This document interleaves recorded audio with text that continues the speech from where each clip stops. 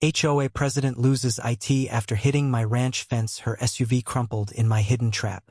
The sun dipped low over the rolling hills of Karen County, painting the sky in hues of amber and crimson. My ranch, a sprawling 50 acres of hard-earned peace, sat at the edge of the pristine Meadowview Estates, a gated community ruled by its iron-fisted HOA president, Karen Wentworth. She was the kind of woman who'd fine you for a blade of grass out of place, her smile as sharp as the clipboard she carried. For years, I'd kept my distance, my weathered fence marking the line between my world and hers. But that line was about to blur in a way neither of us expected. It started with a letter, slipped under my gate like a declaration of war. Karen demanded I replace my unsightly wooden fence with something modern and HOA approved. My fence, built by my grandfather's hands, was more than posts, and railsit was legacy. I ignored her. Then came the fines, the threats, the late-night voicemails. "Mr. Callahan, comply or face legal action," she'd purr, her voice dripping with smug authority. I'd laugh, tossing her letters into the fire. But Karen wasn't one to back down. One evening, as I mended a gatepost, I noticed tire tracks cutting across my land, too close to the fence. Karen's silver SUV, gleaming like her ego, had been patrolling my property line. I'd had enough. With a glint in my eye, I dug a shallow trench along the fence, hidden beneath a layer of loose dirt and grass.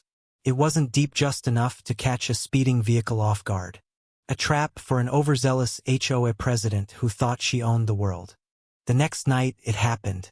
A screech of tires, a sickening crunch, and the blare of a horn shattered the quiet. I grabbed my flashlight and jogged to the fence. There was Karen's SUV, its front end crumpled against my reinforced posts, the hood crumpled like tinfoil. Karen stumbled out, her pristine blazer torn, her face a mask of fury.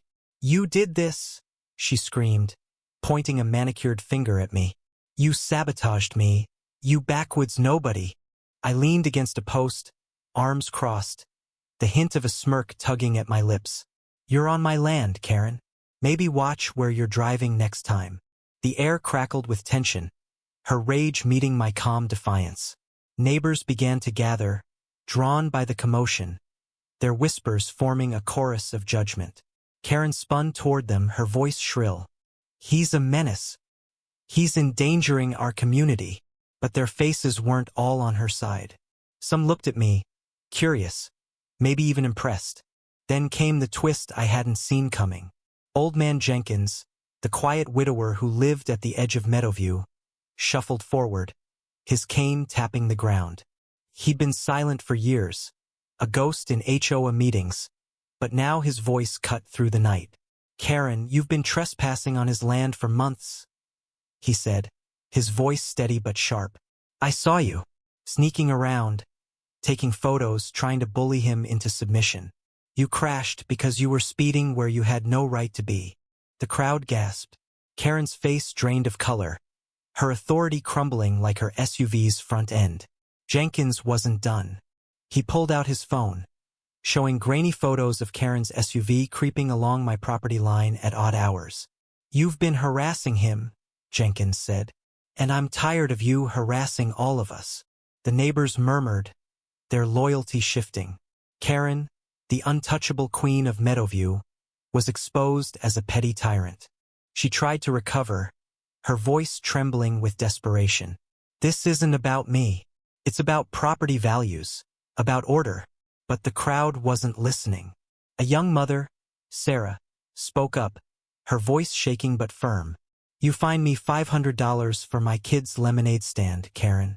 Maybe Jake's right to stand up to you." Others nodded, their grievances spilling out. The HOA's grip was slipping, and I stood there, the rancher who'd sparked a rebellion with a hidden ditch. But the victory felt hollow. As the crowd dispersed and Karen slunk back to her wrecked SUV, I noticed something in the dirt, a glint of metal. It was a locket, half buried near the fence.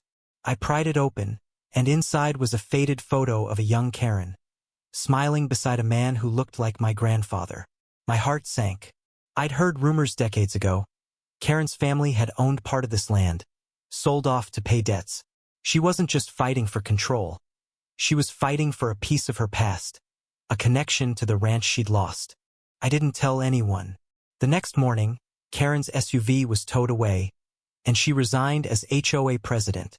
Her reign ended in humiliation. Meadowview began to change, fewer fines, more freedom. But as I repaired my fence, the locket weighed heavy in my pocket.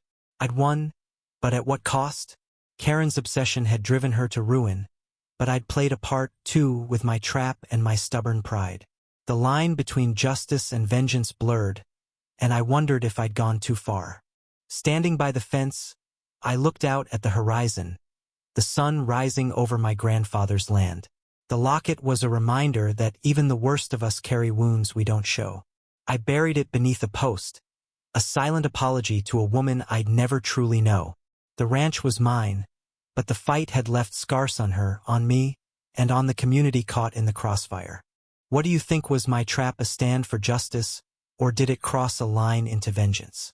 Share your thoughts on where the line lies between standing up and striking back.